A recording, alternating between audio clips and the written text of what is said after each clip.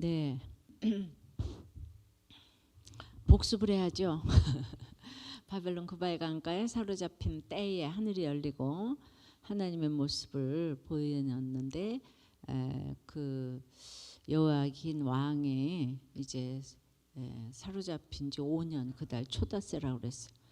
사로잡히기 전에는 우리가 참 말씀이 안 들려서 오늘 나오미를 통하여서 나오미의 한계 상황은 이제 그 흉년도 아니고 원가부 때도 아니고 쌍가부 때도 아니고 쓰리가부가 되니까 말씀이 들리기 시작했다고 그랬어요.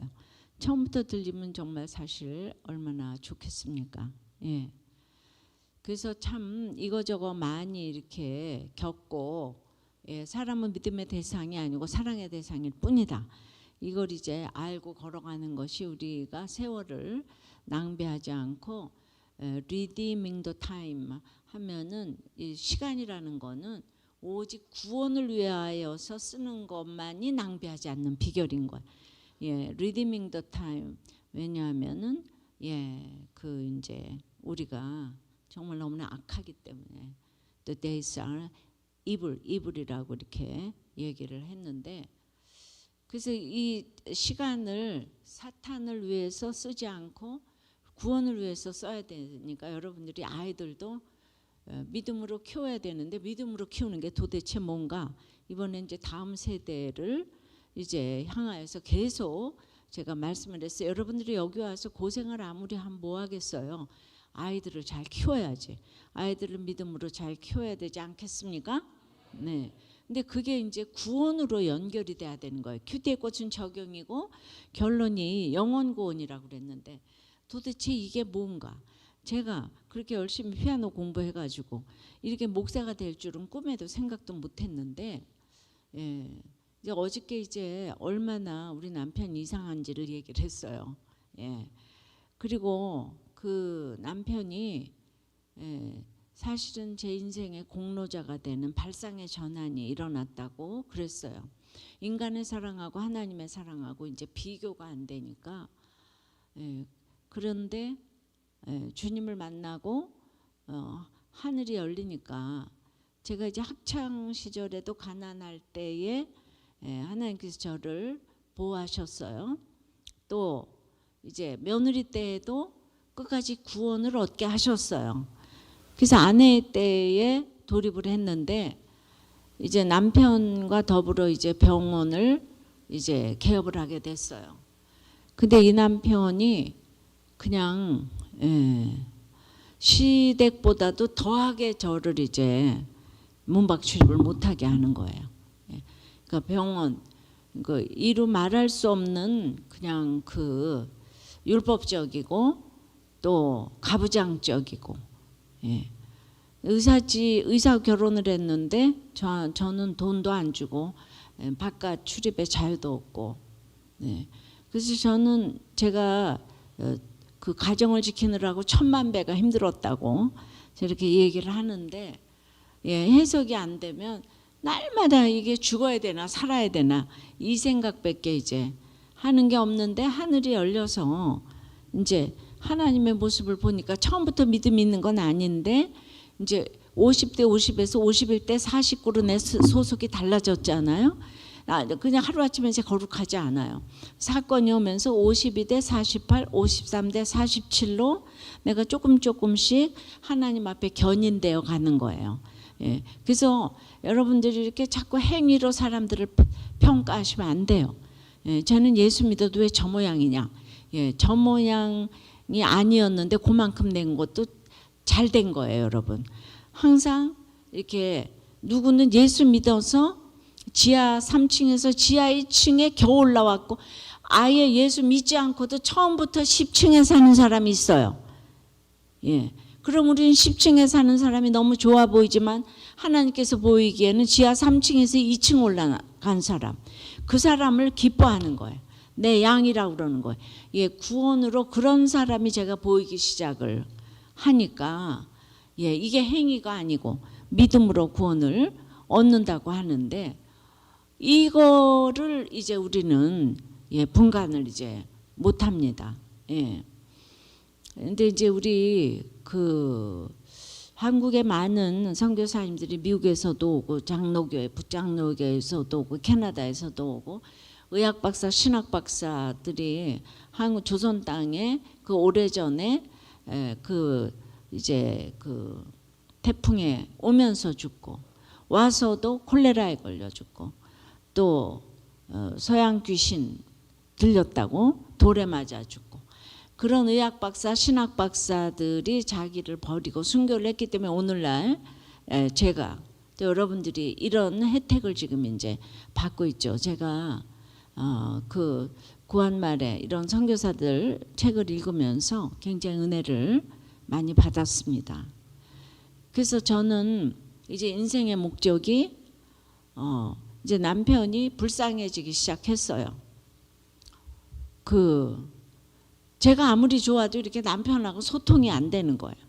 왜냐하면 우리는 지금 세속사와 구속사, 그는 세큘러 히스토리와 리뎀티브 히스토리, 이런 그러니까 저는 이제 탈출을 해서 저 세계로 입문을 했는데 이 잘난 남편이 그러지를 못하니까 남들은 부러워하지만 제가 이렇게 좋아하는 예수님 얘기를 전혀 할 수가 없잖아요. 너무 이거 슬프더라고요. 슬픈데 그 선교사님들 얘기를 듣고 읽고 그러면 너는 네 남편을 위해서 생명을 내놓겠냐 이런 질문을 주셨어요. 근데 그때만 해도 아니 나도 돈도 안 주고 나가지도 못하게 하는 남편을 위해서 뭘 생명까지 내놓을 건 뭐 있어요. 구원은 되면 좋지만 이제 이런 생각을 했지만은 그래도 저기 그 부부가 한 마음이 되고 똑같이 천국에 가야 되는데 내가 오늘 죽으면 이 남편은 천국에 가지 못하면 그러면 너는 네가 그렇게 믿는 예수는 도대체 뭐냐?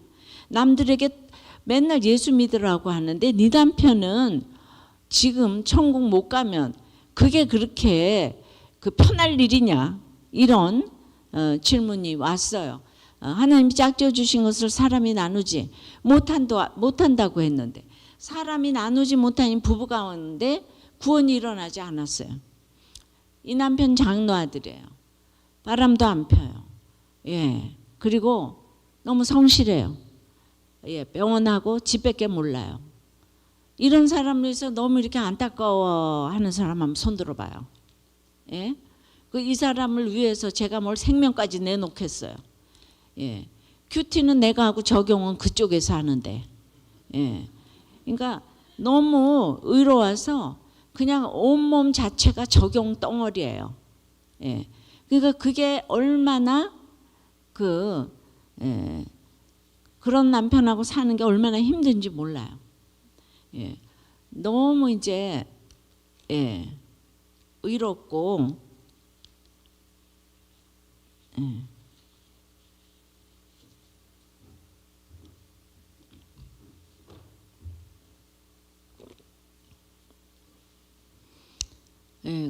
뭐 이렇게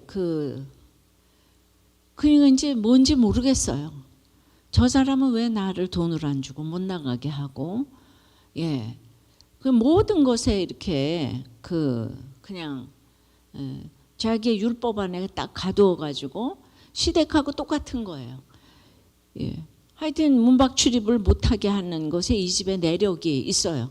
내력이 있는데 더한 거예요. 그런데 제가 이제 기도를 많이 한 나머지 알겠다고 이제 하나님 앞에 그러면은 우선 이 남편이 인생이 허무한 걸 좀 알게 해달라고 제가 기도했어요. 개미처럼 일만 하는 게 다가 아니고 근데 부잣집 아들이 주일날 병원 문을 열어놓는 거예요. 교회를 안 가고 병원 문을 열어놓는 거예요. 주일날 산모를 받아야 된다는 거예요. 그러면서 나는 목사님 아이를 받아주니까 안식일의 주인이래요. 그러니까 내가 안 받아주면 목사님 아이는 누가 받아주냐.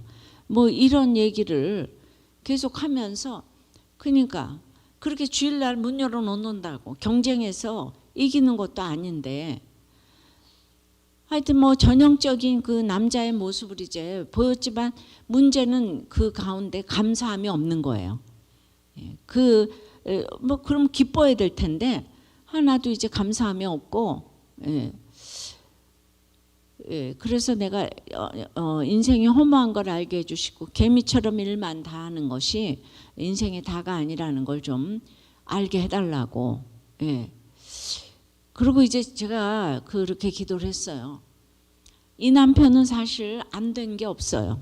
안 된 게 없는데, 예, 그냥 부잣집에 잘 태어나서 의사 공부했는데 결혼도 하고 아이도 낳고 아들도 낳고 딸도 낳고 병원도 잘 되고 예수 믿을 일이 뭐가 있겠어요? 금그릇인데, 예, 깨어져야 보배가 보이는데. 그러니까 제가 이렇게 구속사를 알다 보니까 도저히 예수를 믿을 수 있는 사람이 아닌 거예요. 게다가 성격도 성경적이에요. 그래서 너무 아끼고 살아요. 전기불 수돗물에 끼고 백화점 안 가고 골프 안 치고 자동차도 안 타고 그냥 따라갈 수가 없는 그런 삶을 사니까 예수 믿기가 힘든 거예요. 아니 너무 힘든 거예요. 남들이 보면 부러워하는 부분인데 우린 예수 믿기가 저도 힘들고 우리 남편도 힘들어요. 남편 너무 의로워서 저는 이제 잘 참아서, 예, 그래서 이게 이렇게 다가 아닌데, 그래서 제가 이게 육이 무너지는 것만큼 영이 세워지는데 육이 무너져 보지 않았는데 이 사람이 어떻게 영이 세워지겠는가.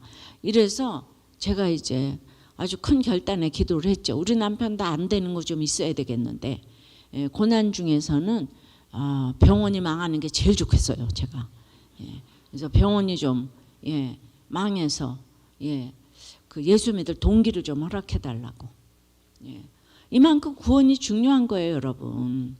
구원이 액세서리가 아니에요. 그래서 제가 그렇게 기도를 했는데 이 남편이 들어와서 진짜 응답으로 인생이 허무하다고, 내가 왜 이렇게 개미처럼 사는지 모르겠다고 딱 얘기를 하는 거예요.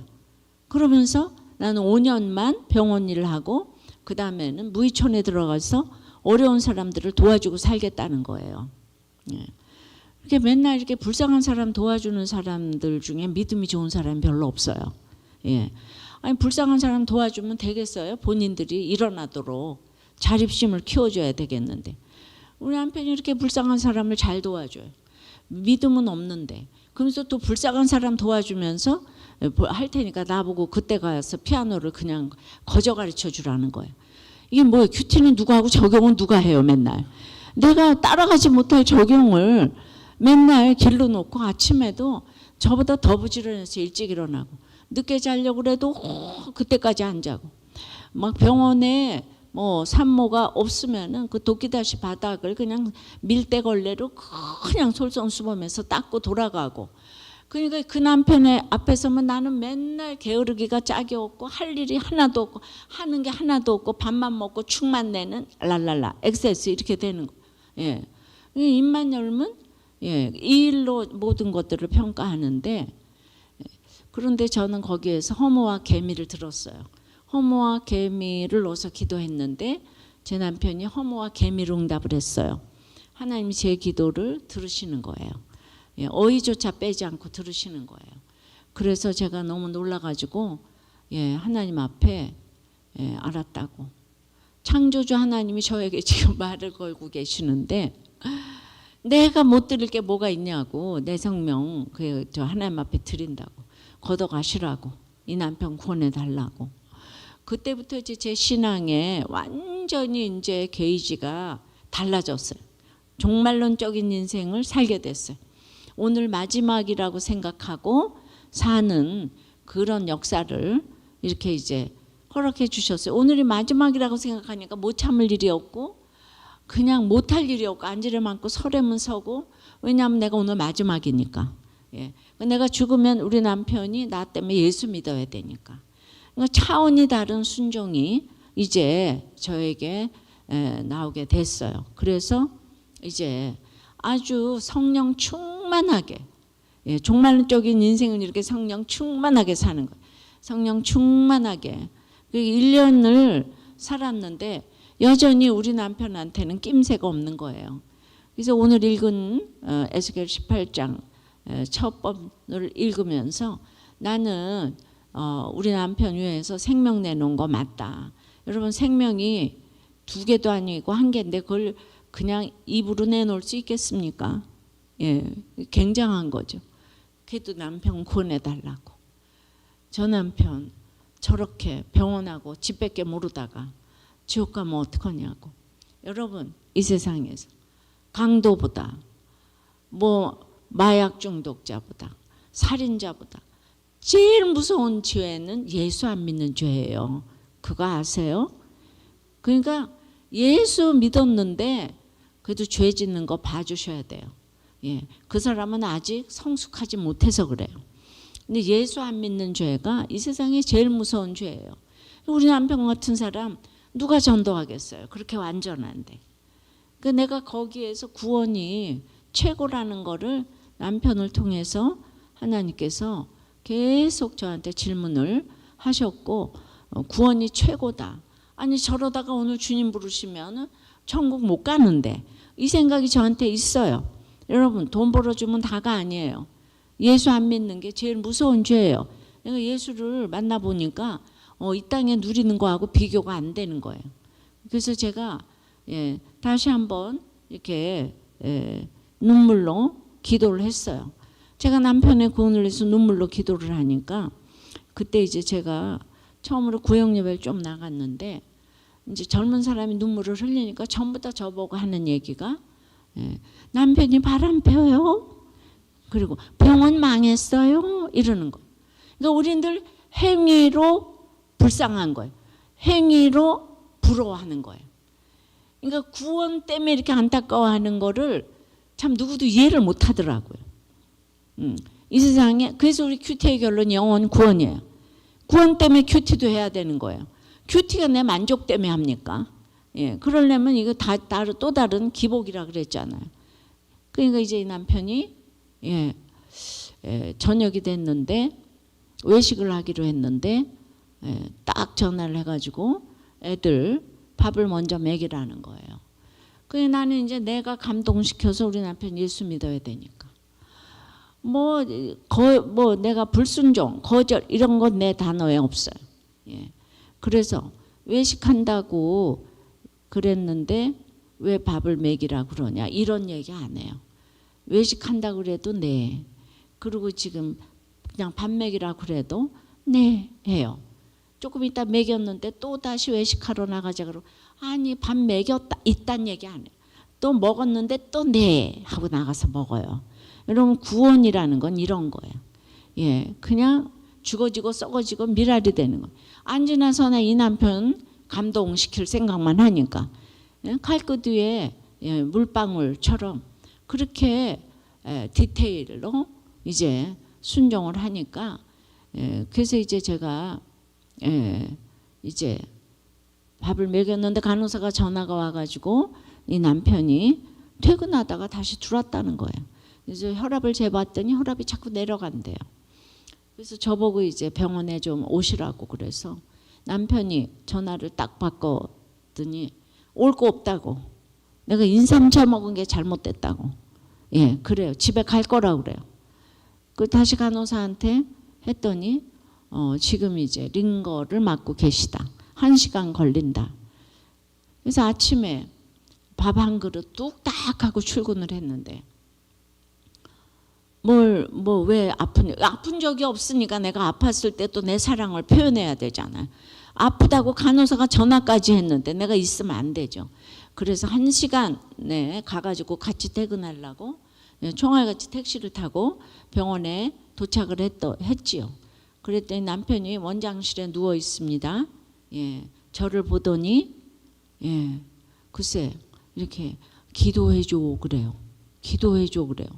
그래서 속으로 병원 안 망했는데 병원도 안 망했는데 기도해달라 그러네. 그 죽을 병도 안 걸렸는데 기도를 해달라 그러네. 너무 놀랐지만 놀란 티를 전혀 내면 안 돼요. 구원이라는 건 그거예요. 이 남편은 그냥 말 한마디만 소리만 내도 여자가 어디서 소리를 지르고 여자가 어디서 큰 소리를 하고 이러니까 이 남편 때문에 저는 목회를 다 배웠어요. 제가 그냥 예, 잠잠히 있고 아주 말할 때도 안 하고 이거 다 배웠어요. 예, 남편이 내 목회를 위해서 이 땅에 보내주신 천사예요. 그래서 이제 막 밖에 나가서 원장님이 기도해달라 그랬다. 우리 남편 욕을 먹어가면서 예수 믿는 사람들로 다 채워놨는데 이때를 위해서 예수 믿는 사람들한테 이제 부탁을 하고 예, 들어가서 예, 남편을 놓고 이제 기도를 했어요. 기도를 할 때도 큰 소리로 하면 안 돼요. 또 작은 소리로 하면 안 들려요. 크지도 작지도 않게 하는 거. 여러분 이렇게 구원이라는 거는 내 맘대로 하는 게 아니에요. 상대방의 그 상대방 쪽에서 생각을 해야 되는, 상대방을 배려해야 되는 거예요. 내가 이 정도 했으면 됐지 뭐 그런 거 없는 거예요. 예, 아무리 해도 우리 남편 만족이 없어요. 그러면 나는 그때마다 이러고 저러고 예, 돈도 그냥 10만 원밖에 안 주면서 반찬은 없다 그러면 10만 원밖에 안 주지 않았냐 이딴 소리 안 한다. 그냥 가만히 있어요. 예, 나는 가만히 있어요. 왜? 그 이제 시간이 되면 다 알아질 거니까. 이게 구원을 예, 구원 때문에 가는 사람이 이렇게 적용을 해야 되는 거예요. 큐티의 꽃은 적용인데 내가 생명을 내놓으니까 그냥 못할 일이 없고 못 참을 일이 없더라고. 그리고 나는 오늘 천국에 가니까 난 이러고 가야 돼. 하여튼 우리 남편이 나 때문에 감동해야 돼. 오직 그거밖에 생각이 없네. 내가 그렇게 주님을 사랑했어요. 예, 그러니까 내 진짜 신랑이 하나님의 말을 걸어오니까 제가 못할 일이 없더라고요. 예, 그래서 이제 하루 종일 이제 우리 병원에서 검사할 거 다 검사했는데 이상이 없는데 혈압이 자꾸 내려가는 거예요. 그래서 이제 대학병원에 옮겼어요. 12시에.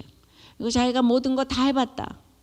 나는 예, 그냥 내가 위가 튼튼해가지고 하도 술을 먹었더니 위가 빵꾸가 난 모양이라. 그래서 이제 복부 CT만 찍어봐라. 뭐 내 CT도 다 찍어봤다. 예. 그래서 들어가자마자 복부 CT를 찍었는데 의사들이 화들짝 놀라서 저를 부르러 왔어요. 보여줬는데 뭐 난 잘 몰라요. 볼 줄 모르니까. 예, 간동맥이 파열이 됐다고 합니다.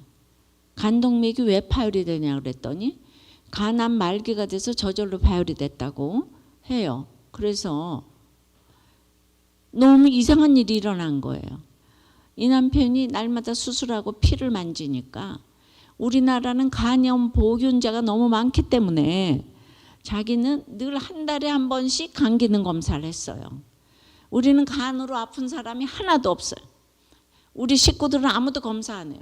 근데 본인은 한 달에 한 번씩 우리가 간 기능 지정 병원이에요. 왜냐하면 산모하고 신생아를 취급하니까 태어나자마자 예 그렇게 이제 그 간염 보균자에게 주사를 놔야 되고 이래서 그러니까 그 신선한 시약을 쓰는데 한 달에 한 번씩 간 기능 검사를 했는데 남편에게 그게 안 나타난 거예요.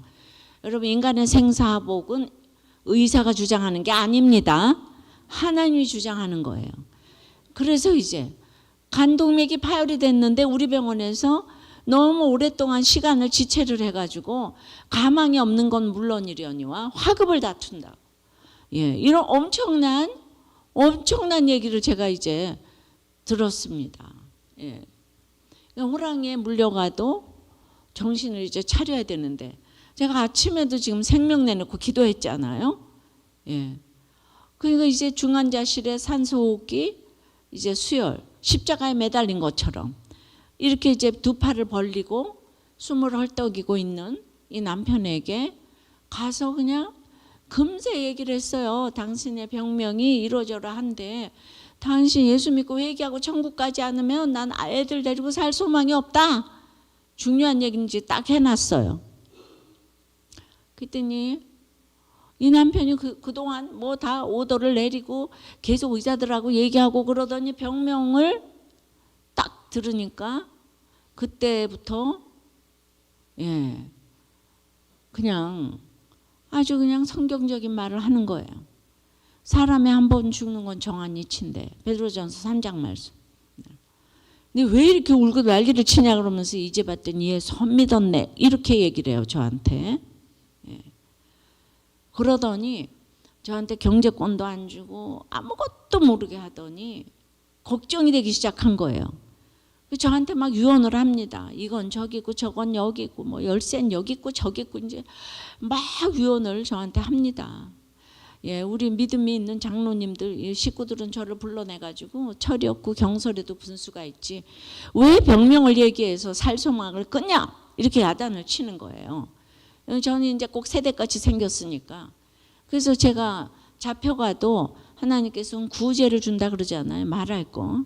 예, 제가 내 남편의 구원을 위해서 생명을 내놨는데 남편이 구원이 안 되면 누가 책임을 지실 거냐. 그리고 누가 저보다도 더 남편을 사랑하냐. 이게 담대하게 제가 그냥 가만히 맨날 네네네네 하다가 그렇게 얘기를 하니까 이제 아무 말씀 못 하셨습니다. 저는 중환자실로 뛰어들어왔어요. 마찬가지로 옆에는 환갑, 옆에는 돌쟁이, 수십 베드가 대학병원 중환자실에 있는데 그날 밤에 장면은 아무도 구원 때문에 안타까워하는 베드가 없었다는 거예요. 이거 사진 찍어 두셨어요. 하나님 내 머릿속에. 구원을 다 액세서리 정도로 여기는 것 같아요. 오늘 죽으면 끝인데 저는 거기서 나갈 수가 없어요. 중환자실에서. 내가 믿은 예수가 헛거예요. 내가 낭떠러지로 나도 가는 것 같아요.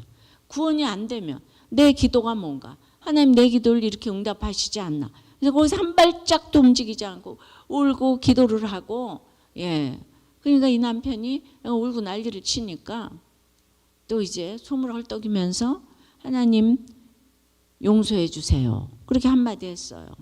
그래서 그거를 이제 예수를 믿었다고 내가 봐야 될 건지 회개를 했다고 봐야 될 건지 성령께서 함께 하신 회개를 해봤기 때문에 그 와서 닿질 않는 거예요. 용서해 주세요 하는데 뭐 성령이 좀 운행을 해야 될 텐데 뭐 그게 뭔지 모르겠지만은 계속 저는 이제 기도합니다. 그냥 그 병원에서 나가라고 난리를 칩니다. 저는 이제 때려 죽어도 못 나갑니다. 할 수 없이 저한테 의사 가운을 입혀줬어요. 남들이 형평의 원칙에 어긋나니까 의사 가운을 입고 밤새도록 병상에서 이제 지키고 기도했다 찬송했다 울었다 지금 이러고 있는데 이 남편이 이러는 거예요. 의사가 오니까 우리 집사람이 몸이 약해서 여기서 밤을 새우면 안 된대요. 내보내달래요. 자기 사형 선고 받았는데 제가 밤새면 안 된대요. 몸이 약하대요. 그래서 제가 이제 뭐 계속 또 기도하고 이러죠. 한참 시간이 지났는데 또 뭐 의사가 오니까 이래요. 우리 집사람이 다리가 아프니까 의자를 갖다 주래요. 생명이 경각간에 달렸는데 의자 갖다 주래요. 그런 야곱이 야복 나루토에서 지금 씨름하듯이 우리가 이렇게 둘이 지금 영과 육의 대화를 이렇게 지금 하고 있습니다. 새벽 5시가 됐습니다. 목사님 안 오시냐고 그래요. 오늘이 주일이다. 예배 드리고 이제 나중에 이제 사부 예배 끝나고 이제 모시겠다. 30분이 지났는데 또 목사님 안 오시냐고 그래요. 근데 갑자기 사부 예배 가기 전에 우리 남편 데려갈지도 모른다. 이 생각이 그냥 강하게 오는 거예요. 그래서 제가 5시 반에 담임 목사님한테 전화를 드렸어요. 체면 불구하고. 그냥 어저께까지 안녕 했던 사람이 지금 하루 만에 중환자실에 있다 그러니까 기가 막힌 일이지만 목사님이 큰 교회 일부 예배가 7시인데 갑자기 어떻게 오셔요? 그래서 전혀 모르는 어린 목사님이 그냥 갑자기 달려오셨어요. 그것도 하나님의 컨셉입니다. 왜냐하면 그냥 뭐 아는 얼굴로 만난 게 아니고 생면부지에 자기가 무시할 만한 어린 목사님. 우리 남편이 워낙 목이 곱거든요. 그래서 그 목사님이 이렇게 오셨는데 그 목사님 중환자실에 모든 식구들이 다 둘러 이렇게 섰어요. 쓰고 우리 남편 손을 딱 붙잡고 살려달라고 기적을 베풀어 달라고 그런 기도를 안 하고요. 오늘 밤 천국 문 앞에 서셨습니다. 거기 어떻게 들어가시겠습니까? 이렇게 물었어요.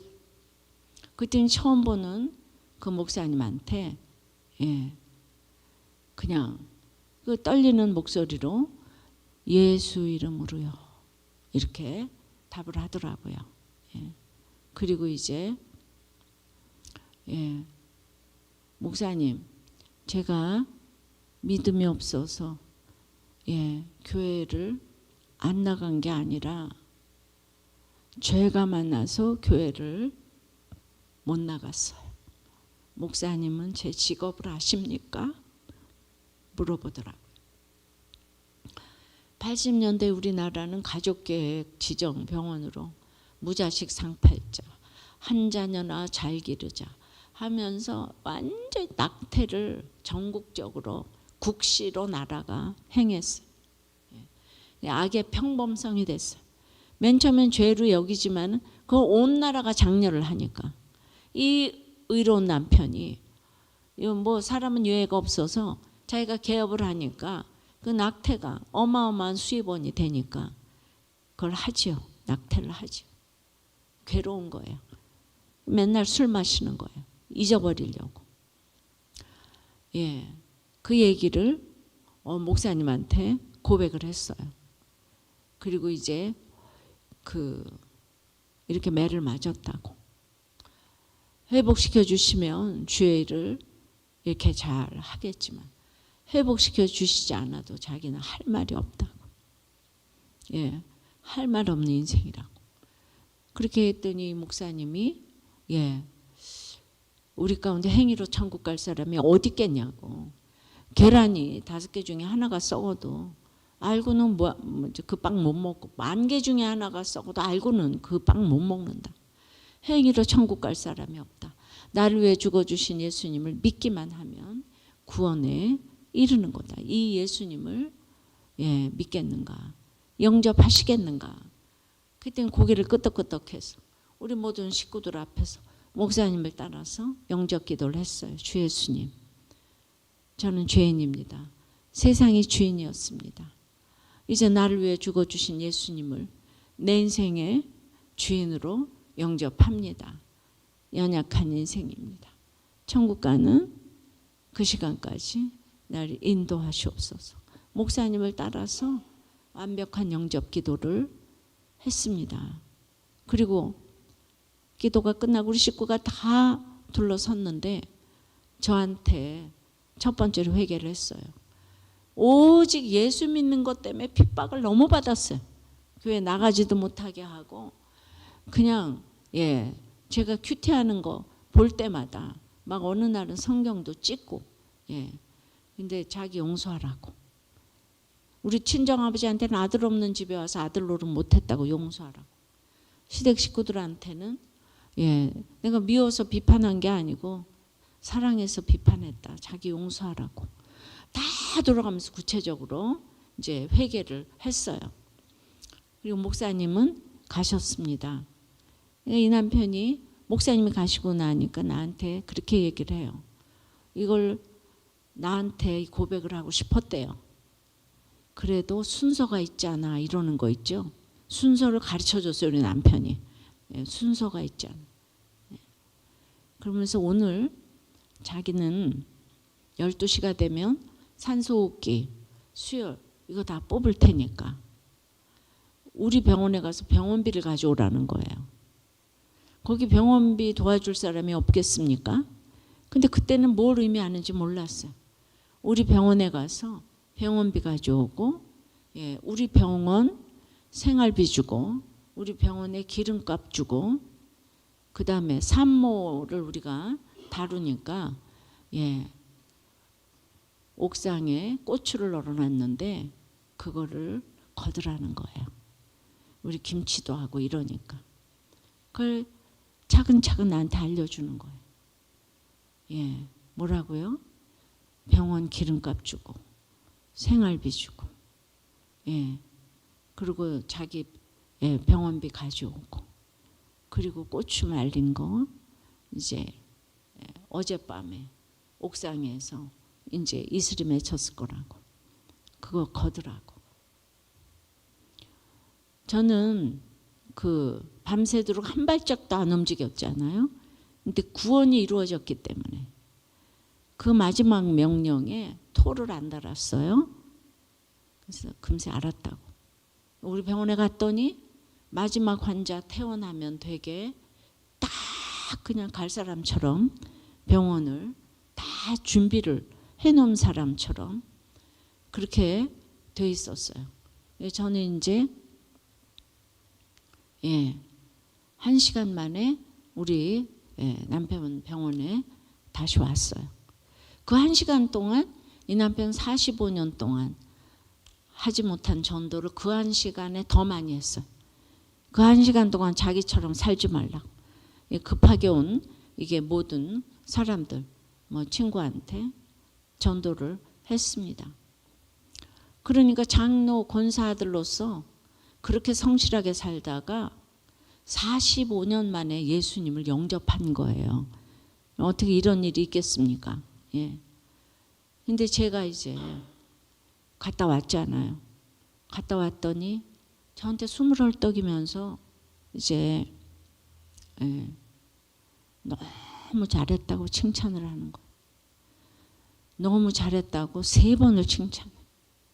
우리 병원에 갔다 온 거 너무 잘했대요.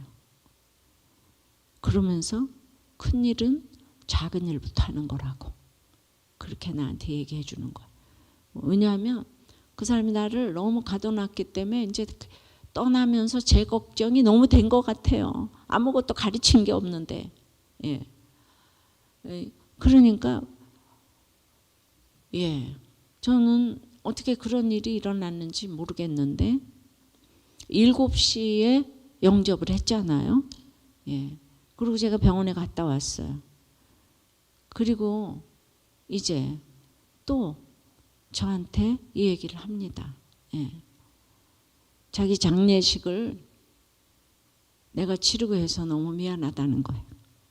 근데 장례식 걱정하지 말고 사무장하고 간호사들 휴가 다 반납시키고 그렇게 해서 얼마든지 잘 치를 수 있으니까 염려하지 말라. 미안하다. 그러는 거예요. 그러니까 지금 이게 7시에 영접해서 그리고 10시에 뇌사 상태에 들어갔어요. 이게 3시간 안에 일어난 일이에요. 십자가는 지혜고 지혜는 타이밍인데 내가 좀 더 자자 좀 더 놀자 했으면 구원이 일어나지 않았겠죠. 그러니까 그 17바퀴를 7바퀴를 돌고 마지막에는 6바퀴를 돌면서 침묵을 하다가 마지막에는 함성을 질렀잖아요. 제가 계속 침묵하고 있다가 지금 이제 이 구원을 향하여서 제가 외친 거죠. 당신 예수 믿고 천국 가지 않으면 애들 데리고 살 소망이 없다. 이 말을 하려고 그동안에 침묵한 거죠. 그러니까 성경의 얘기가 다 내 얘기인 거예요. 그리고 10시에 이제 뇌사 상태에 들어갔어요. 저는 어제 아침에 밥 한 그릇을 뚝딱 하고 출근했던 남편이 그 중환자실에서 내 앞에서 아침 안개 이슬처럼 생명이 쓰러져가는 모습을 지금 보고 있는 거예요. 우리가 살았다 할 게 없는 거예요. 그 생명이 얼마나 덧없는가를 그걸 제가 봤어요. 의사들이 달려들어서 다들 CPR을 하고 있는 거예요. 살려보려고. 그 저는 이제 그 전날 인삼차 먹은 게 잘못됐다고 집에 가겠다고 해서 병원에서 가게 할 수는 없는 것 같아서 그때 엘리베이터도 없는데 아파트 5층에 남편하고 가겠다고 집에 가겠다고 그래서 앰뷸런스에 수혈하고 그 채로 우리 아파트에 도착해가지고 자기가 예언한 대로 12시에 우리 집에 도착해서 천국에 갔어요. 이런 이제 엄청난 일이 저에게 일어났습니다. 그럼 이거 어떻게 해석을 하시겠습니까? 제가 왜 이렇게 주의를 하고 큐티 사역을 하냐 모든 분들이 이제 그 물으시는데 제가 이제 갈수록 생각하는 게 너무 이제 기가 막힌 거예요. 두고두고 생각할수록 여러분, 사람이요 죽을 때는 진심이 나오게 돼 있는 거잖아요. 마지막인데 죽을 때 거짓을 말할 수는 없잖아요. 근데 이 사람은 부모하고 애들밖에 몰랐는데, 나는 첩이라도 정말 그렇게는 못하는데, 뭐 의분 뭐래도 나한테는 나는 학대를 했다고 생각을 해요. 우리 남편이 돈도 안 주고 뭐도 못하게 하고, 예, 버스만 타고 댕기라 그러고. 그래서 나는 죽어야 되나 살아야 되나 했는데, 딱 병명을 듣는 그 순간부터는 부모님 얘기, 아이들 얘기 한마디도 안 했어. 그 17시간인가 동안에 처음부터 끝까지 제 걱정만 하다 간 거예요. 이걸 제가 어떻게 해석을 해야 되겠어요? 예. 저는 믿음이 있는 사람이잖아요. 예. 우리 남편은 믿음이 없어요. 그 누가 봐도 저는 좋은 사람이고 우리 남편은 나쁜 사람이에요. 예. 그런데 저는 죽을 때 그렇게 못할 것 같거든요. 나 죽을 때 그렇게 남편만 생각하면서 못 갈 것 같아요. 근데 이 나쁜 남편이 처음부터 끝까지 제 걱정을 영육간에 다 해주고 그러고 갔다고요. 그러면 내가 지금 믿는 예수는 뭐고, 나는 생명을 내놓고 무슨 구원 때문에 어쩌고 저쩌고 했는데, 내 사랑의 넓이와 깊이와 높이는 얼마나 이게 얄팍한 건가. 도대체 나는 뭐하는 여잔가. 예. 그러니까 이 남편이 그냥 용서해 주세요 한마디만 하고 떠났어도 제가 이 인생을 안 살아요. 근데 그냥 쓰러지면서 끝까지 그냥, 근데 저는 그 남편하고 얼마나 이혼을 하고 싶어 했고 자살도 생각을 했는데, 내가 아는 사람과 이 구원이라는 거에 그 깊이와 넓이와 이거 어떻게 해석을 해야 되는가. 저는 이제 마지막에 보여준 그 남편의 구원 때문에, 예, 평생 제가 회개를 해도 부족한 거예요. 그래서 제가 인생, 사명 인생을 걸어가는 거예요. 예, 그러니까 사람에 대해서 얼마나 혼자서 잘난 척을 하고, 그러니까 진짜 인간적으로라도 그렇게 나를 사랑할 사람이 이 땅에 있었겠어요.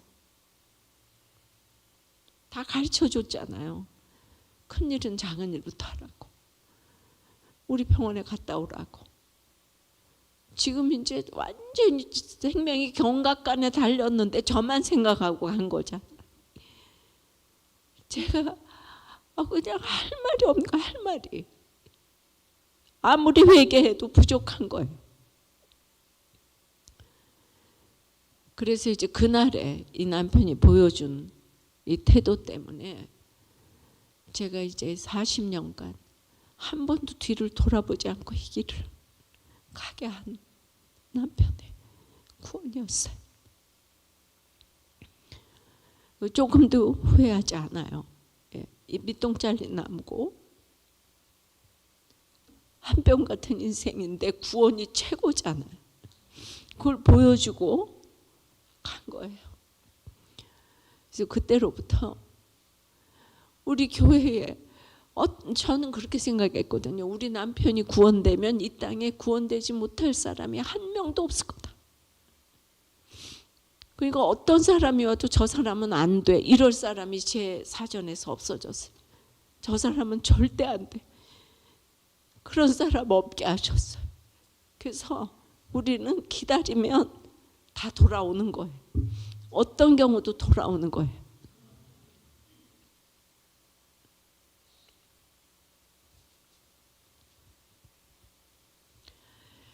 그래서 목사님은 30대에 그렇게 좋은 직장도 가지고 있고 피아노 쳐가지고 집에 가만히 앉아서 돈 벌고 살면 될 텐데 왜 이 길을 걸어가냐 이렇게 물으신다면 여기 이게 답이 됐는지 모르겠어요.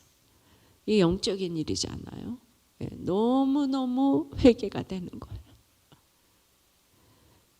이런 남편 놓고 날마다 아무리 내가 예수를 믿어도 힘든 거예요. 돈 안 주고 못 나가게 하고 이러니까, 그러니까 인생에 힘들고 무슨 이런 거하고 예수 안 믿는 거하고는 비교가 안 되는 거예요. 행위로 사람을 판단하면 안 되는 거예요. 그래서 여러분들이 마음대로 이혼하고 자살하고 이러면 안 되는 거예요. 이혼시켜도 안 되는 거예요. 예, 그건 제일 큰 죄악인 거예요. 예, 그 사람한테는 하나님의 형상이 남아 있는 거예요. 그래서 이것 때문에 제가 그냥 회개하는 마음으로 한 번도 회개하지 않은 적이 없어요. 이 간증을 하면서 사람에 대해서 몰라도 너무 모르고, 저는 이제 죽을 때까지 회개를 해도, 그래서 그 마음으로 제가 이 길을 다들 저보고 이상하다고 합니다. 이상한 게 아니고, 예, 제가 이런 구원의 그 기가 막힌 거를 이렇게 보여주셨기 때문에, 그래서 우리들 교회에 힘든 사람들이 오면 다들 있잖아요. 예, 이렇게 받아들여지는 걸 느낀다고 그래요.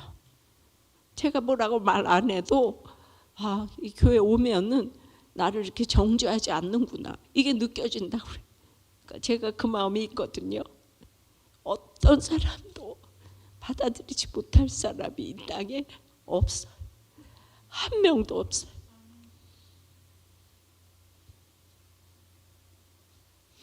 근데 여러분들은 내가 조두순이 와도 받아들일 거고, 이러면은 이거를 어떻게 조두순 같은 인간을 받아들이냐, 이런 사람이 교회도 있어요. 예. 우리는 또 우리 그 전두환 대통령 아들이 감옥에서 제 책을 보고 찾아왔어요. 출소하는 날. 그러면 그 사람이 찾아왔는데 교회가 안 받아들여야 됩니까? 그런데 그걸 절 또 욕을 하더라고요. 그 말이 됩니까? 예. 이 땅에 어떤 사람도 못 받아들일 사람이 없는 거예요. 우린 예수 믿으면 하나님의 자녀 아닙니까? 그래서 예수님이 십자가에 못 박혀서 우리를 왜 죽어주셨잖아요. 예, 그래서 이제 제가 그때로부터 이 큐티의 결론이 영혼 구원인 거예요. 구원시키기 위해서 제가 못할 일이 없는 거예요.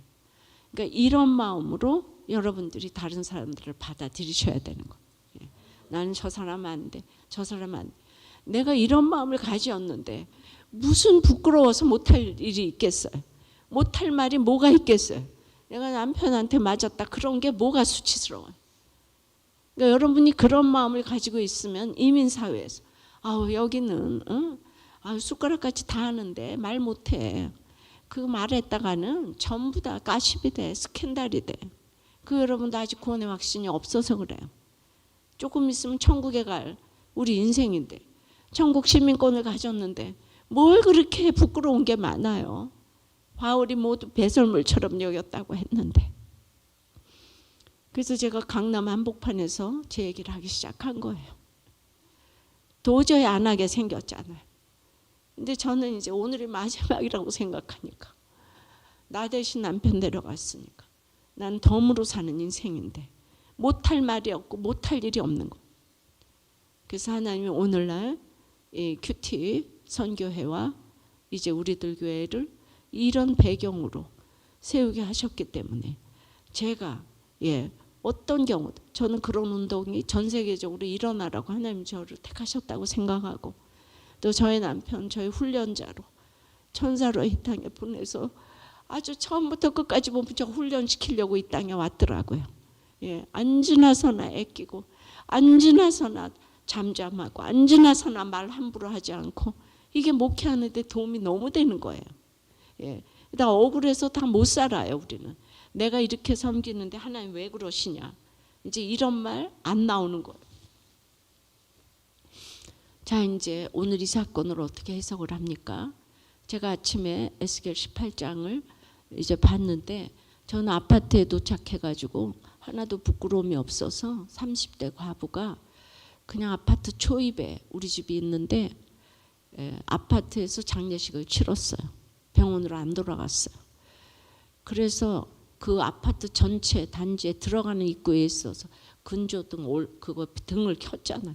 나 가부다 다 알렸어요. 오가는 사람한테 다 알렸어요. 그때로부터. 우리는 과부된 거 안 알리려고 그러는데 제가 그냥 다 알렸어요.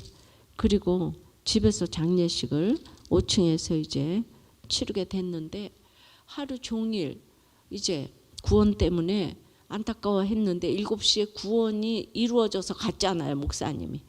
그래서 사람들이 1부, 2부, 3부, 4부 끝나는데 제가 교회도 못 나가게 해서 못 나갔지만은 젊은 여자 남편이 갑자기 갔다 그러니까 너무너무 궁금해가지고 다 들리는 거예요, 우리 집을.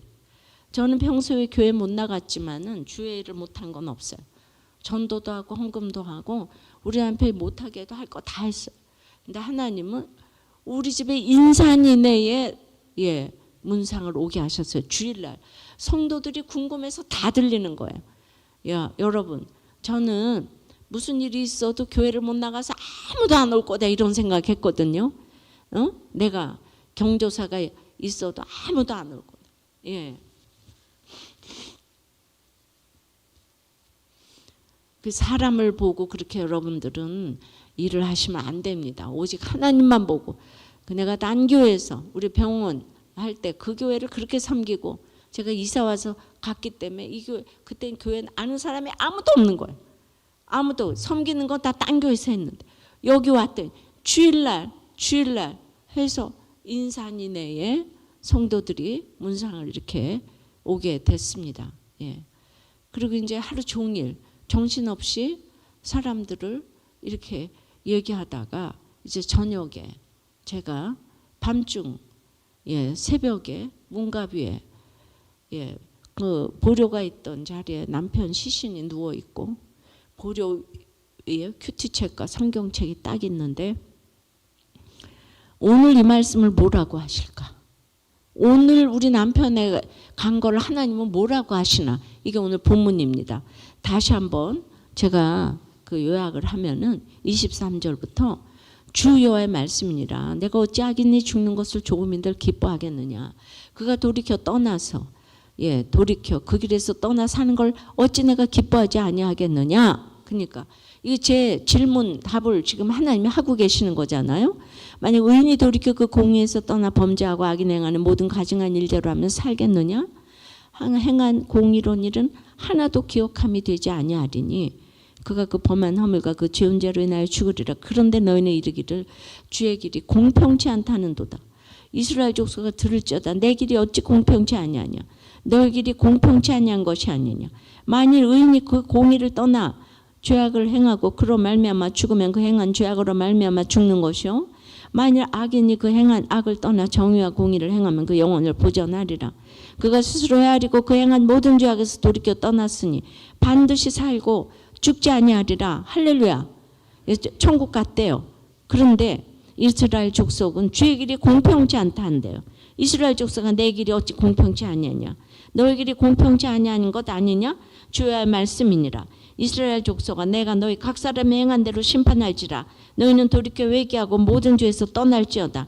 그리한즉 그것이 너에게 죄악의 걸림돌이 되지 아니하리라. 너희는 너희가 범한 모든 죄악을 버리고 마음과 영을 새롭게 할지어다. 이스라엘 족속아 너희가 어찌하여 죽고자 하느냐. 주 여호와의 말씀이니라. 죽을 자가 죽는 것도 내가 기뻐하지 아니하노니 너희는 스스로 돌이키고 살지니라. 이제 한마디로 이제 의인이 한 가지 악을 행하고 죽는 것도 공평하고 악인처럼 보이지만 악인이 한 가지 일을 행하고 사는 것도 공평하대요. 한 가지 의인은 예수 그리스도를 의미하죠. 아무리 의인처럼 보였어도 맨 마지막에 예수가 없다 그러면 그건 이제 죽는 거고, 아무리 악인처럼 보여도 예수를 영접하면 그건 사는 거라는 거잖아요. 근데 이게 공평하다는 거예요. 내가 하나님 공평하지 않아요. 난 너무 고생했어요.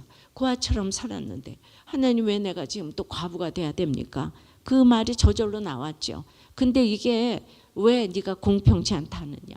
하나님이 네가 공평치 않은 것이냐. 나는 공평하다. 주님이 공평하다고 얘기를 하세요. 마음과 영을 새롭게 할지어다.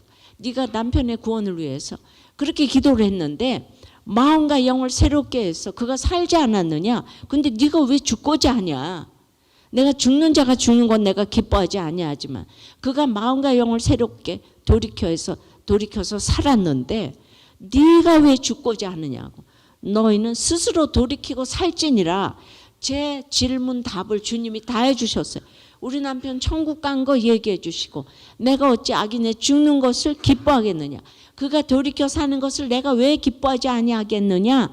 얘기를 주님이 이렇게 말씀해 주시는데 하나님의 말씀은 살아있고 운동력이 있어서 그냥 이게 관절과 골수와 영을 찔러 쪼개기까지 하고 만물이 벌거벗은 것 같이 그 앞에 드러난다고 제가 그냥 이 말씀으로 살아났어요. 할렐루야. 이게 큐티의 위력인 거예요. 누가 저를 와서 이루할 수가 있겠습니까? 그러니까 누구는 남편 죽어서 10년 동안 정신을 못 차리고 그 유명한 안 박사가 돌아가셨는데 예, 대학병원에 그 기독교인 그 유명한 안 박사님 계세요. 4주기 때 제가 추도 예배 인도를 부탁받아서 갔어요. 그런데 그 사모님이 그때까지도 추도 예배 안 나오시더라고. 해석이 안 되시는 거라. 예. 그 누구는 그 과부가 제일 불쌍한 거죠. 예. 10년이 돼도 해결이 안 되고. 예. 누구는 그런데 일주일도 아니고 예. 이렇게 하루 만에 말씀으로 해석이 됐다는 거. 이게 너무 놀랍지 않아요? 그러니까 제 이 간증을 듣고 오전에 얘기했던 것처럼 자기 엄마 권사님한테 이 얘기 가서 좀 해달라고. 근데 이게 사람의 얘기가 아니고 하나님의 말씀이잖아요. 그러니까 사람들에게 가서 제가 얘기를 해주면 다들 해석이 되는 거예요. 그러니까 제가 예고 선생을 그만둘 수밖에 없는 거예요. 내가 가면 살아나니까. 가면 이혼 안 하고 가면 죽지 않으니까. 이거보다 더 중요한 일이 어디 있겠습니까? 그러니까 그런 사람이 한 사람 이제 나오라고 하는 거죠. 그래서 이날 저는 큐티노트에다가 남편이 죽었다가 아니고 남편이 구원되었다 할렐루야 느낌표 이렇게 써놨어요. 구원보다 중요한 게 없어요. 그래서 이제 그날 해석이 됐습니다. 19장은 그 이스라엘 백성들이 이제 바벨론 포로로 다 잡혀가기 전에 요시아의 그 아들들이 다 악을 행해서 여호야김, 여호아스 다 악을 행해가지고 과부들의 전쟁에서 졌기 때문에 바벨론 포로로 잡혀갔잖아요. 그러니까 여기에서 이제 과부들의 울음소리가 천지를 진동했다는 거예요. 이 전쟁마다 져서. 근데 어떤 구절이 나오냐면 19장 1절부터 3절까지 볼게요. 너는 이스라엘 고관들을 위하여 애가를 지어 부르라. 내 어머니는 무엇이냐? 암사자라. 그가 사자들 가운데 엎드려 젊은 사자 중에서 그 새끼를 기르는데 그 새끼 하나를 키우며 젊은 사자가 되어 먹이 물어 뜯기를 배워 다 같이 사람을 삼킴에. 예. 그래서 이방이 듣고 함정으로 그를 잡아 갈고리로 꿰어 끌고 저기 애굽 땅으로 갔다는 거예요. 이게 뭐 요시아 아들에게 젊은 사자 공부를 시켜서 그냥 이 땅에서 이제 먹이 물어뜯기를 살 방법을 배워준 거예요. 그 왕자 교육을 시켰어요. 시켰는데 왕자 교육을 받아가지고 지금 사람을 삼켰다 그러잖아요. 우리 남편의 그 낙태죄가 여기 문자적으로 나왔잖아요. 왕자 교육을 받아가지고 의사가 돼가지고 사람을 삼켰다는 죄가 여기 나오자 내가 얼마나 놀랐겠어요. 그러니까 이방이 듣고 함정으로 잡아 갈고리로 깨어 철롱으로 도저히 그 소리가 들리지 않는 지옥 갈 인생이었다 이거예요. 이 죄는 지옥 갈 인생이었다 이거예요. 근데 또 다른 아들도 똑같이 6절에도 사람을 삼켰대. 요시아 아들들이 다 폭군이에요. 그래서 바벨론 이제 그 포로로 잡혀갔죠. 그래서 7절에 그의 궁궐들을 열고 성읍들을 부수니 그 우는 소리로 과부들의 우는 소리로 땅과 그 안에 가득한 것이 황폐했다는 거예요.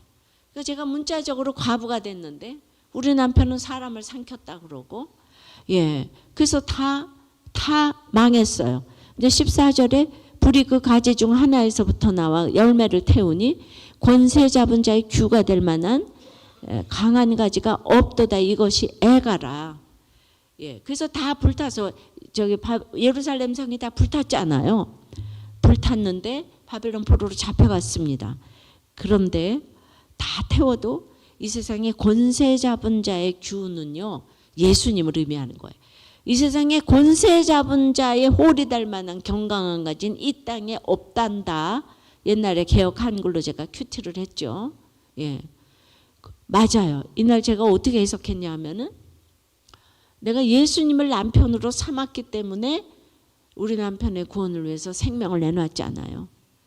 창조주 하나님하고 나하고 말 거는 사이니까. 그래서 생명을 내놨는데, 예, 그 예수님이 지금도 남편이 되니까 지금 내가 예수님 남편하고 비교되는 가지가 이 땅에 없는데 네가 왜 슬퍼하냐. 근데 구속사를 모르는 사람은, 평소에 남편을 그렇게 무시하던 사람은 갑자기 남편이 죽으면은 이렇게 얘기합니다. 지게꾼이라도 남편은 있어야 돼. 이래요. 진작 좀 잘할 일이지. 그리고 남편을 우상처럼 여겼던 사람은 다 따라 죽어야 된다고 그래. 그러니까 이제 예수님이 내 신랑이니까 우리 남편을 위해서 생명을 내놨잖아. 근데 지금 예수님 신랑이니까 내가 지금 이제 불쌍히 여김을 받을 그게 아니라는 거야. 예수님이 내 신랑이라는 거를 알려주고 내가 천국 가야 돼. 예수님이 내 신랑이니까 나는 부족한 게 없어요. 하나님 자체가 상급이에요. 이걸 보여줘야 되잖아요. 과부가 된 날 이런 본문을 봤으니까 이제 저는 성경에서 고아와 과부를 가장히 불쌍히 여기라고 그랬는데, 그 가장히 불쌍히 여기는 이날, 돈 없는 자, 병든 자도 아니고 고아와 과부는 울타리가 없기 때문에 불쌍한 거예요. 근데 과부가 된 날 이렇게 말씀으로 내가 살아났다면 앞으로 나의 어떤 고난도 나의 훈련에 포함되어 있을 것이기 때문에 감사한다. 그렇게 썼어요. 그러니까 이제 이게 문자적으로 다 이제 이 어려운 에스겔이 1장부터 48장까지 중요한 날을 다 풀어놨어요. 날마다 큐티하는 여자애. 예, 그러니까 이 시대가 힘든 시대가 됐죠. 에스겔이 가장 유명하지 않은 선지자인데, 왜냐하면 포로로 잡혀갔던 선지자이기 때문에. 왜 하나님이 저한테 에스겔을 통하여서 1장부터 48장까지 인생을 살게 하시는지 제가 눈물 마를 날이 없이. 그래서 이 나라에 진짜 내가 패망을 봐야 되겠는가, 그 생각이 다 드는 거예요. 날마다 나라를 위해서 기도했어요. 30년 40년 이 나라가 없다는 북에서 내려왔기 때문에 이게 그냥 안타까운 마음이 있는 거예요. 나라가 없으면 예배도 없는 거예요. 그런데 14대를 한 집에 살았어도, 예, 우리 북한에서는 김일성이가 구원을 해준다는 거예요. 김일성이 잘생겼다는 거예요. 근데 우리 엄마만 예수 믿는 집에 3대잖아요. 그래서 우리 아버지한테 내려가야 된다. 이 신앙의 자유에서 내려가야 된다. 그래서 우리 엄마하고, 예, 그 밑에 동서만 내려왔지. 온 집안 그 시댁 식구는 전부 다 김일성이가 구원자라는 거예요. 잘생겼잖아요. 그래서 이렇게 집안 가운데도 이게 안 되는 거예요. 구원이.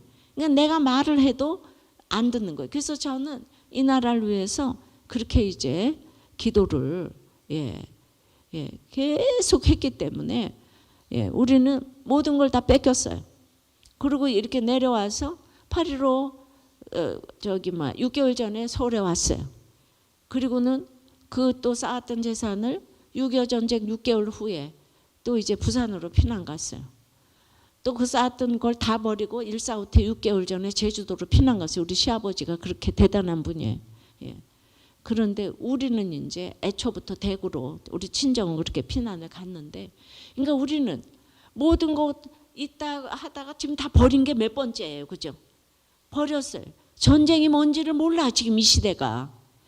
그러니까 지금 이거 바벨론 이거 포로를 받으니 다 내 얘기인 거예요. 예. 근데 아무도 안 들어요. 에스겔 얘기도 안 듣고 예레미야 얘기도 안 듣고 거짓 선지자 하나니아 얘기만 듣는 거예요. 지금 요즘에 어떻게 이렇게 패가 갈릴 수가 있어요. 예수 믿는 사람은 당연히 우리가 자유민주주의로 시작한 나라잖아. 5,000년 동안 못 살다가 예수가 들어서 내 공부를 했잖아요. 그러니까 100년 전에 태어났으면 아들 낳는 도구에 불과했어요. 버려도 과부가 돼서 버려도 누가 뭐라 그럴 사람이 아무도 없어요. 예수 때문에 이렇게 됐는데 지금 아주 제가 피가 아주 피눈물이 흘러서 제가 그렇게 기도를 했죠. 작년에. 아니 차별금지법은 그 동성애를 찬성하면 생명이 이제 끝쳐지는 거잖아요. 안 그래도 인구절벽 1위인데 지금 목을 놓아 기도를 했어요. 목을 놓아서. 주여 우리가 이렇게 기도한 거 우리 자녀 세대들이 좀 알아달라고. 어떻게 할 수 있는 게 없다고. 살려달라고 제가 기도했어요. 다음 세대. 계속 다음 세대. 그 기도를 제가 하는데 이렇게 기도했습니다. 이제 20장에는요. 예, 그 전체적으로 이스라엘이 왜 망했는지 그 이유가 다 나와 있는 거예요.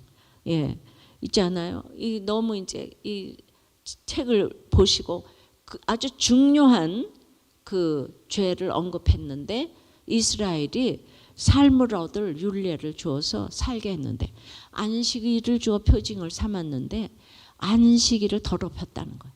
이스라엘이 안식일을 더럽혔다는 얘기가 지금 이제 너무 많이 나오는 거예요. 안식일을 더럽혔는 일, 안식일을 더럽혔다. 예, 그래서 예, 지금 근데 내가 9절에도 내가 애굽 땅에서 인도해내는 것은 내 이름 때문이다. 내가 이방인의 눈앞에서 더럽히지 아니하고 예, 너희를 구원했다. 내가 아껴보아 멸하지 않았다. 11절에도 사람이 예, 그 준행하면 그로 말미암아 삶을 얻을 내 율례를 주면 내 규례를 알게 하였는데 12절에도 안식일을 주어 표징을 삼았는데 13절에도 안식일을 크게 더럽혔다는 거예요. 예. 그리고 이제 16절에도 마음으로 우상을 섬기고 나의 규례를 업신여기고 예, 안식일을 더럽혔대요. 17절에도 그래도 내가 약속의 자녀가 돼서 광야에서 멸하여 아주 없이 하지 아니하였대요. 너는 죽을 인생이지만은 내가 널 만세 전부터 택했으니까 없이 하지 아니하였대요. 예, 그런데 그 계속 그 조상들의 율례를 따르지 말라고 이랬는데 우리 남편은 아버지가 장로님인데 그 돌아가신 다음에 맨날 묘소에 가서 절해요. 아버지를 하나님보다 더 존경해. 아버지가 우상이에요. 우상. 예, 가족을 객관적으로 봐야 하는데 20절에도 안식일을 거룩하게 할지어다. 예, 그랬는데 또 이제 안식일을 더럽혔대요. 예, 21절에도. 예, 그러니까 또 24절에도 안식일을 더럽히고 눈으로 그들의 조상의 우상들을 사모했다는 거예요. 예, 여러분 우리 남편이 안식일 안 지켰잖아요. 주일날 맨날 문 열어놨잖아요. 주일날 12시에 데려가셨어요. 안식일날 주일날 데려가셨어요. 제가 이 큐티를 하면서 소름이 끼치지 않겠어요. 안식일을 더럽혔다는 거예요. 예. 그리고 장자를 화제로 드리는 예물로 그들을 더럽혔대요. 26절. 자식 우상이에요. 그럼 보통은 여자들이 사리받고 보내는데 우리는 남편이 사리받겨 보내는 거예요. 효자에 그냥 아버지한테 부부한테 효자고 자식한테는 아주 그냥 자부예요. 자부. 예. 그냥 아이들도 모든 거 다 예.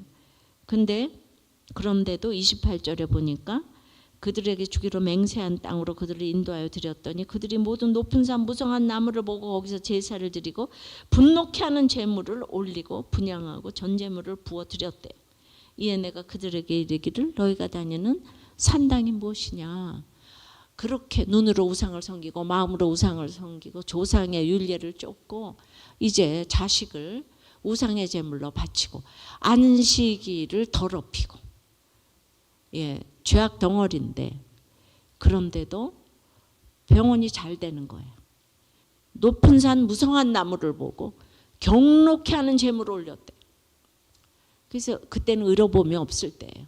의사 가운에 양쪽에 주머니가 있으면은 계속 살림집에 2층에 오르락내리락 하니까 주머니에 한 지박 현금을 가지고 주머니에다가 이렇게 내가 그림에 떡인 현금을 이렇게 하면서 거기서 새집회 빠따라시가 나오면 이거 헌금하라고 주는 거예요. 분노케 하는 재물. 헌금하라. 빠따라시가 나오면. 그리고 영화원에다가 꼬박꼬박 온라인으로 헌금하는 거예요. 자기는 낙태하면서 영화원에다가 헌금해요. 이 사람 얼마나 좋은 사람이에요. 남들이 보기에 얼마나 좋은 사람이에요. 그 당시에 그 40년 전, 50년 전에 그 영화원에다 그렇게 꼬박꼬박 헌금하는데, 예. 그러니까 이게 내가 너희가 다니는 산당이 무엇이냐. 예. 이거에 안 걸릴 사람이 우리가 누가 있겠습니까? 예. 그러니까 내가 우리 장로님 간증을 들어도 기가 막히고 우리가 눈앞에서 딱 바라다 보일 때 유혹을 받는 게 너무너무 많죠. 예. 그래서 자기는 이제 그 목석을 숭배하리라 하는 거예요. 32절에. 그러면서 나는 이제 불교의 목탁 소리가 마음에 든다는 거예요. 그래서 목석, 지금 불교를 믿어야 되겠대. 왠지 신금을 울린다. 목석을 숭배하리라고. 그러니까 내가 이 큐티를 안 했으면 우리 남편 너무 멋있잖아. 나만 사랑하다가 갔다. 그리고 여러분들이 내 남편 본 적도 없는데 내 남편 욕할 일이 뭐가 있어요. 예, 내가 남편 사랑받았다. 난 너무 사랑받았다. 저는 영적으로 얘기하는 거지 육적으로 제가 사랑받은 거 아니잖아요. 그죠? 예. 그 당장에 문자적으로 우리 집에 사람도 없고 기사도 없고 다 모든 걸 내가 혼자 해야 되는 거예요. 병원하다가. 그러니까 제가 이렇게 슬플 일, 이게 기쁠 일이 아니잖아요. 그죠? 예. 그런데 여기 20장에 보니까 우리 남편의 죄악상이 그냥 낱낱이 언급이 돼 있는 거예요. 이렇게 주홍같이 붉은 죄에도 불구하고 내가 너를 광야에서 아껴보아 멸하지 않은 것은 내 이름 때문이다. 내 이름 때문이다. 내가 예수님 그냥 내 생명을 내놓고 우리 남편 예수 믿게 해달라고 그렇게 얘기를 했더니 어떻게 주일날 가게 가지고 우리 남편의 구원이 다 저기 퍼졌잖아요. 교회 구원됐다. 구원이 전파되고 그리고 이제 진짜 아껴보아 멸하지 않은 것. 이것이 내가 예수 이름 맨날 주님 날 살려달라. 주님 나를 구해달라. 맨날 예수 이름을 부르짖었더니 내 이름 때문에 너를 아껴보아 광야에서 멸하지 아니했다. 이게 이제 내 인생을 이렇게 지금 해석하는 거예요. 20장 1절부터 3절까지 읽어볼게요. 일곱째 다섯째 달 열째 날에 이스라엘 장로 여러 사람이 여호와께 물으려고 와서 내 앞에 앉으니 여호와의 말씀이 내게 임하여 이르시되 인자야 이스라엘 장로들에게 말하여 이르라. 주 여호와께서 이렇게 말씀하셨느니라. 너희가 내게 물으려고 왔느냐? 내가 나의 목숨을 걸고 맹세하거니와 너희가 내게 묻기를 내가 용납지 아니하리라. 주 여호와의 말씀이니라. 이스라엘이 망한다고 에스겔 8장에 장로들 70명을 데리고 가서 예루살렘 성전의 우상이 그득그득하다고 지금이라도 회개하고 돌아오라 그랬더니 이제 망한다. 이 예루살렘 성전이 불탄다 이래도 장로들 70명이 눈도 깜짝하지 않았어요. 그게 8장에 나온 얘기예요. 8장에서 20장까지가 딱 1년이에요. 1년. 그러니까 지금 예수 믿고 큐티하라 그러면은 하셔야 되는데 내가 뭐 전쟁이 나고 뭔 상관이야. 이렇게 여러분들이 안 들어요. 그러니까 이제 망했어요. 이스라엘이.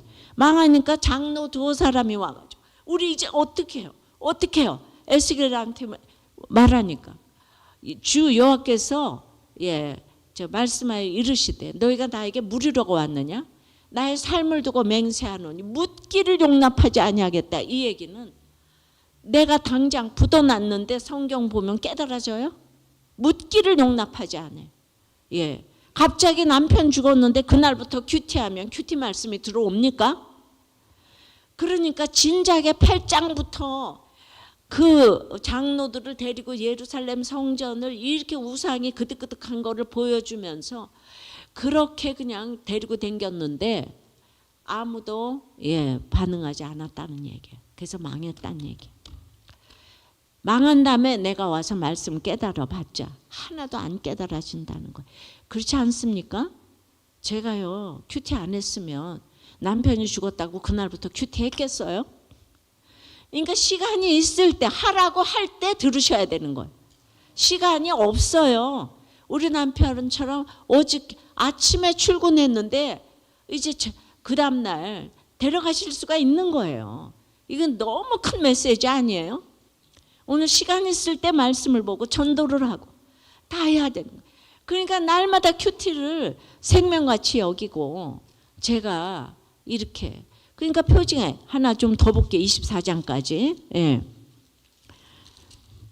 24장에 보니까 15절에 글쎄 제 남편 데려간 며칠 후에 15절 24장 15절 여호와의 말씀이 또 내게 임하이르시되 인자야 내가 네 눈에 기뻐하는 것을 한번 쳐서 빼앗으리니 너는 슬퍼하거나 눈물을 흘리거나 하지 말래요. 이게 뭐죠? 에스겔에 가장 기뻐하는 아내를 데려가겠다는 거예요. 근데 넌 슬퍼하지 말라는 거예요. 예. 그런데 18절에 내가 아침에 백성에게 말하였더니 저녁에 내 아내가 죽었으므로 아침에 내가 받은 명령대로 행함. 이게 큐티예요. 예, 미워하는 아내가 아니고 기뻐하는 아내인데 하나님이 내가 너 데려가겠다 네 아내. 그런데 아침에 백성에게 그 얘기를 했더니 저녁에 죽었어요 아내가. 그랬는데 명령대로 행했대. 아침에 받은 명령대로 행했대요. 이게 큐티 적용이에요. 그러니까 19절에 백성이 내게 이르되 네가 행하는 이 일이 우리와 무슨 상관이 있는지 너는 우리에게 말하지 아니하겠느냐? 그러니까 이 백성들이 이러는 거예요. 아니 에스겔 안에 데려간 거하고 우리하고 뭔 상관이에요? 예. 요새 교인들 중에 가장 교만한 사람은 남의 간증이 나하고 상관이 없어요. 아우 저 사람 당하는 건 난 안 당해서 다행이다. 요렇게 무슨 상관이 되는지 그랬더니 예. 20절에 내가 그들에게 대답하기를 여호와의 말씀이 내게 임하여 이르시되 너는 이스라엘 족속에게 이르기를 주 여호와의 말씀에 내 성수는 너희 세력의 영광에 너희 눈에 기쁨에 너희 마음에 아낌이 되거니와 내가 더럽힐 것이며 너희의 버려둔 자녀를 칼에 엎드러지게 할지라. 예. 여호와의 말씀이 임했다 그러면 대답 끝인 거예요. 하나님이 이렇게 말씀하셨다. 그런데 너희는 성전을 그렇게 기뻐하니 날마다 여호와의 전이다 여호와의 전이다. 그 성전을 그렇게 아까워하고 그렇게 나와서 예배 드리냐? 그런데 자녀는 버려두었냐? 그 버려둔 자녀를 에스겔 간증이 너한테 하나도 와서 닿지 않는다면은 너의 버려둔 자녀는 칼에 엎드러지게 하겠다. 이와 같이 에스겔이 표징이 된다. 24절. 이게 뭔가 하면 여러분 혼자 예배 드리고 자녀들은 다 인류학교 보내느라고 예배도 안 드리게 하고 그랬더니 서울대학 가서 자살하고 카이스트 가서 자살하고 하버드 가서 자살하고 이거 다 있던 일이에요. 우리들 아이들 어렸을 때부터 예, 여러분만 성전이 아낌이 되면 뭐해요? 다음 세대가 말씀 읽어야지. 다음 세대가 말씀을 읽도록 내가 최선을 다해서 본을 보여야 되는 거죠. 버려둔 자녀는 칼에 엎드러지니까 다 죽잖아요. 그죠? 고관대작들이 그냥 껐덕하면 자살을 해요. 지금 그 좋은 학벌에 다 자살들을 해요. 예, 그러니까 너희는 성전만 아까워하고 그렇게 기복적인 예배를 드려서 되겠느냐? 자녀들 다음 세대를 향하여서 마음이 하나도 없는데 그냥 학교만 가면 다냐? 직업만 잘 가지면 다냐? 이 얘기를 하시는 거예요. 예, 그날에 27절에 내 입이 열려서 도피한 사람에게 말하고 다시는 잠잠하지 아니하리라. 이같이 너는 그들에게 표징이 되고 그들은 내가 여호와인 줄 알리라. 그날에 제 입이 열렸어요. 남편이 간 날 입이 열렸어요. 13년 동안 문박출이 못하다가 우리 집에 성도들이 문상을 오는데 남편이 죽었으면은 죄인이라서 가만히 있어야 되는데 첫날부터 우리 남편이 구원되었다 하면서 18장을 내가 쫙 적용을 했어요. 두 번째 날아온 사람한테는 18장 19장을 또 쫙 적용. 세 번째 날아온 사람한테는 18장 19장 20장. 그리고 이제 며칠 지나서 24장까지 하려니까 이 간증이 몇 시간이 걸리는 거예요. 그러니까 한 사람 올 때마다 이렇게 하니까 이제 나중에는 아침 저녁 시간을 정했어요. 내가 남편이 죽어서 위로받아야 되는데 지금 사람들 위로하고 있잖아요. 이게 말씀이잖아요. 너무 놀랍지 않아요? 제가 큐티 사역을 어떻게 안 하겠어요? 특별히 말씀이 임했잖아요. 여호와의 권능이 임했어요. 집에서 걸레질만 하다가 남편이 간 그날에 제 입이 열렸어요. 다시는 잠잠하지 아니하리라. 저 다시는 잠잠하지 않잖아요. 그죠? 그리고 25장부터는 전 세계를 향해서 나가서 전하라는 거. 그러니까 유다의 구원을 위해서 24장까지 그렇게 유다의 구원을 외쳤지만은 이제는 25장부터 암몬, 에돔, 블레셋, 시돈, 애굽 전 세계를 저도 나갔어요. 그때부터 남편 있을 때 해외 한 번도 못 나갔다. 전 세계를 나갔습니다. 33장에 이제 또 그 파수꾼을 삼았대요. 너네 저 전하지 않은 핏값을 찾겠다고 그래요. 저는 당연히 이제 남편이 가서 예고 선생으로 복귀를 해야죠. 예고 피아노 강사하는 타임당 레슨비가 생기는 어마어마한 건데. 그래서 당연히 이제 레슨하고 대학교 입시하고 각종 연주로 바빴어요. 그러면서 큐티 모임을 하려니까 몸이 12개라도 이제 소용이 안 되고, 그 다음에 연주를 한번 해보니까 힘든 아이들이 내 연주를 그게 날마다 올 것도 아니에요. 한 번은 오라 그래도 그 어떻게 맨날 오라 그러겠어요. 이거 해봤자 그리고 누구를 위해서 내가 연주를 하나, 이 생각이 들었는데 33장에 너 이거 안전하면 핏값을 내가 찾겠다. 베드로도 물고기 잡으러 다시 나갔었잖아요. 그래서 이게 또 제가 우리 집에서 큐티 모임으로, 아니 사람 살리고 가정 살리는 게 중요한 거지.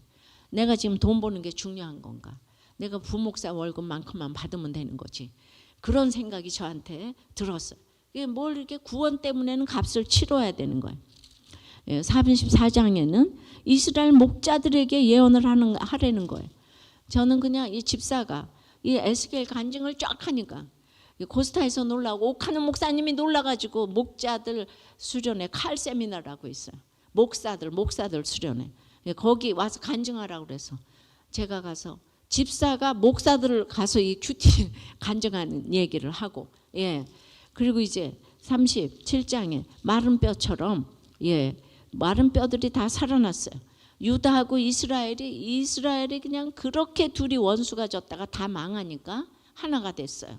우리 교회도 형제들끼리 원수가 진 집들은 돌아오면은 서로 오면은 망할 때까지 서로 기다리라고 그래요. 화해하지 말라고. 망해야지 화해가 되는 거다. 유다하고 이스라엘이 망하니까 하나가 되더라고. 계속 남북 이스라엘이 싸우더니 그렇게 그냥 정말 40장에 이제 이스라엘 그 예루살렘 천국 성전이 지어지는 거예요. 43장에 천국 성전이 지어지니까 이거는 무너지지 않는 성전이죠. 그 후에 그가 나를 데리고 문에 이르니 곧 동쪽을 향한 문이라. 이스라엘 하나님의 영광이 동쪽에서부터 오는데 하나님의 음성이 많은 물소리 같고 땅은 그 영광으로 말미암아 빛나니. 제가요 2003년 6월 15일 날 힘고등학교에서 개척을 했는데 떠났던 하나님의 영광이 그날 동문으로 들어왔다 그러잖아요. 전쟁으로 떠났던 이스라엘 하나님의 영광이 동문으로부터 들어왔대. 우리들 교회가 휘문고등학교에서 쓰는 문이 동문이에요. 나는 뭐든지 이렇게 어린아이처럼 이게 문자적으로 영적으로 계속 큐티가 재밌어요. 그리고 우리들 교회가 지어진 목적은 10절에 인자야 너는 이 성전을 이스라엘 족속에게 보여서 그들이 자기의 죄악을 부끄러워하고 그 형상을 측량하게 하라. 우리들 교회 목적 맞죠? 온 세계가 우리들 교회를 보고 자기 죄악을 깨닫게 하래요. 여러분 죄악을 깨달았나요? 너무 이제 어렵지만 이왕 온 거 끝까지 갑시다. 그래가지고 43장에 개척을 하고 48장에 끝났는데 47장서부터 그 동문회에서부터 문이 내려와 가지고 이제 그 발목에 또 이제 허리에 아라바 바다까지 물이 흘러 넘치잖아요. 그래서 광좌우가의 식물들이 다 그냥 소송하고 힘을 얻는 거예요. 12절에 강좌우가에는 각종 먹을 가실나무가 자라서 그 잎이 시들지 아니하며 열매가 끊이지 아니하고 달마다 새 열매를 맺으려니 그 물이 성소를 통하여 나옴이라. 그 열매는 먹을 만하고 그 잎사귀는 다 같이 약재료. 약재료가 성경에서 나온 얘기예요. 고난의 ip사귀가 약재료가 돼서 다른 사람을 살리는 거예요. 할렐루야. 예. 그래서 이거를 피차 없이 나누래요. 그래서 목회자 세미나를 통해서 우리도 교회 다 모여서 피차 없이 나누는, 공평하게 나누는 그것 때문에 제가 이번에도 미국에 여러 군데 와서 목회자 세미나를 이렇게 열고 48장 마지막에 그 성읍의 이름을 여호와 쌈마라, 여호와께서 항상 함께 계시는 여호와 쌈마라. 여러분 이단들이나 쓰는 에스겔, 에스겔 이거 신학교에 가서 한 학년 내내 수업을 해도 뭔 말인지 하나도 모르는 에스겔인데 삶으로 내가 적용을 하니까 쫙 손바닥 안에 들어왔어요. 큐티의 위력이 바로 이거예요.